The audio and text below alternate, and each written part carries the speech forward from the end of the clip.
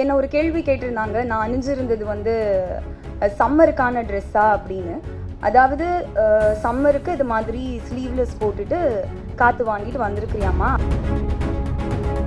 So இதுக்கெல்லாம் ஆரம்ப புள்ளி நான் எங்கே பார்க்குறேன் அப்படின்னா, பல மேடைகளில் ஒரு வெற்று விளம்பரத்துக்காக கோமாளித்தனமான நடவடிக்கைகளில் ஈடுபடக்கூடிய ஒரு நடிகர் என் கழுத்தில் மாலை போட ட்ரை பண்ண அப்போவே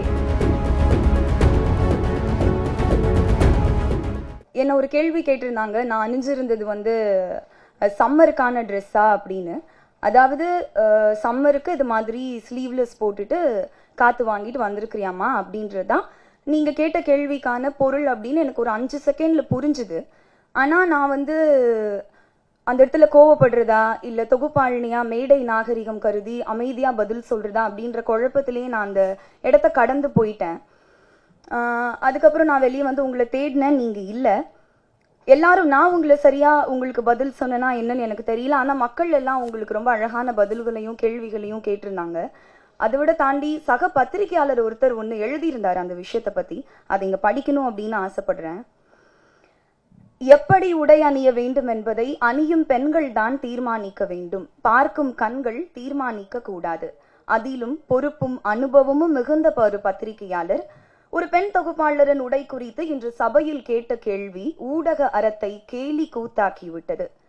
இதே கேள்வியை ஒரு பெரிய நடிகையை பார்த்து கேட்கும் திராணி நமக்கு இல்லை அல்லவா?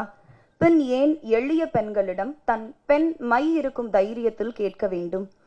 இன்று இந்த கேள்வி சமூக ஊடகம் எங்கும் ஒலிக்கிறது. இந்த கேள்வி ஒரு பத்திரிகையாளரின் கேள்வியாக பார்க்கப்படாது, ஒட்டுமொத்த தமிழக ஊடகத்தினரின் கேள்வியாக தானே பார்க்கப்படும். நாம் எரியும் கற்களை இயற்கை நமக்கே திருப்பி அனுப்பும் அப்படின்னு ஒரு பத்திரிகையாளர் எழுதியிருந்தாரு. அவருக்கு ரொம்ப நன்றி. அவர் பேரை தெரிஞ்சுக்கிறதுக்கு நான் ட்ரை பண்ண குரூப்ல தான் ஃபார்வர்ட் பண்ணியிருந்தாங்க. நான் வந்து சின்ன வயசுல நான் பேச்சு போட்டியில் டிஸ்ட்ரிக்ட் லெவலில் ஃபர்ஸ்ட் ப்ரைஸ் எல்லாம் வின் பண்ணியிருக்கிறேன் சார்.